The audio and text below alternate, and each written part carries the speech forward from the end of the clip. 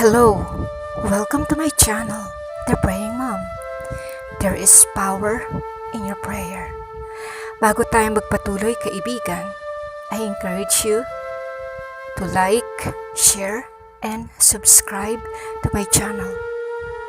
At kung ikaw ay may mga kabigatan sa buhay, may mga problema ka, at hindi mo alam kung saan ka pupunta, I encourage you, kaibigan, isulat mo lang sa baba ang iyong mga kahilingan at sasamahan kita sa pagdulog sa iyong mga panalangin.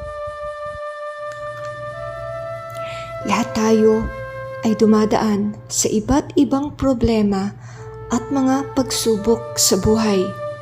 Kadalasan, ang mga pagsubok na ito na ating nararanasan ay nagdadala at nagdudulot ng sugat sa ating mga puso. Ngunit sa mga sandaling ito, marami sa atin na kahit tayo ay nasusugatan, ngunit patuloy pa rin tayong tumatayo at patuloy pa rin tayong lumalaban. Sa iyo, kaibigan, na humaharap sa mabigat na pagsubok sa iyong buhay, gusto kitang bigyan ng kalakasan.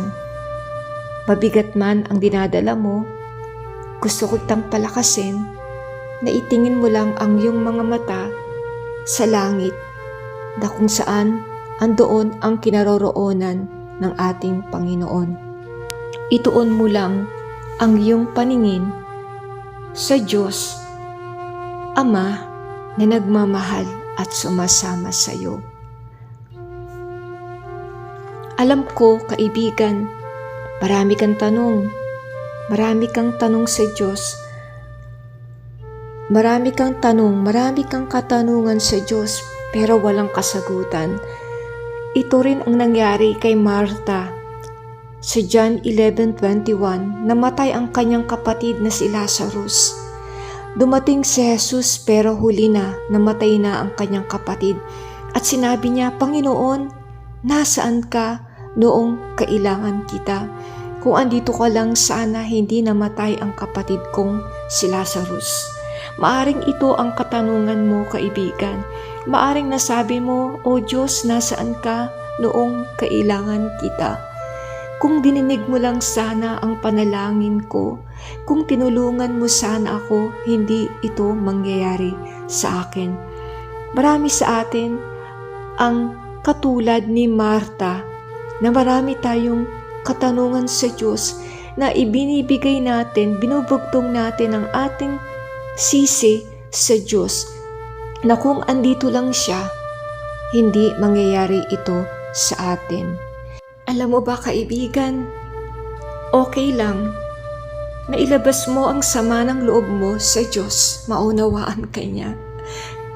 Pwede mong tanungin ang Diyos, pero hindi mo pwedeng questionin ang Diyos sa mga bagay na ginagawa niya. Hindi mo man maunawaan ang mga nangyayari sa buhay mo, kaibigan, magtiwala ka lang sa Diyos. Magtiwala ka lang sa Kanya. Sabi nga ni Pablo sa 2 Korinto 5:7, ang mga namumuhay, yung mga taong naniniwala kay Jesus, sila ay nabubuhay sa pananampalataya at hindi sa mga bagay na nakikita nila. Kaibigan, manampalataya ka sa Diyos. At huwag kang titingin sa mga bagay sa paligid mo. Maraming mga bagay na nangyayari sa atin, hindi mo maunawaan. Kaya kaibigan, trust God, sapagkat alam niya ang kanyang ginagawa. Trust God, sapagkat hindi kanya dadalhin sa isang lugar na ikapapahamak mo. Alam ng Diyos Ama ang mga bagay na ginagawa niya sa iyo. Sa Marcos, Kabanatang 4:38, nangyari ito sa buhay ng mga alagad. Sumakay sila sa bangka at kasama nila si Jesus, pero nakatulog siya at biglang inabot sila ng malakas na bagyo. Hinampas sila ng malalaking alon at halos mapuno na ng tubig ang bangka.